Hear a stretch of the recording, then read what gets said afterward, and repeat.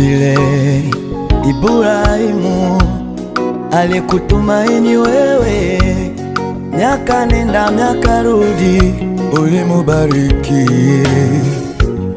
Wanao kutumaini wewe hawatatikisika, ni kama mulima Sayuni usiotikisika. Na mimi leo ninakutumaini wewe Baba yangu, na mimi leo nakutumaini wewe Baba yangu, uliyeniponya kwa magonjwa miaka ile.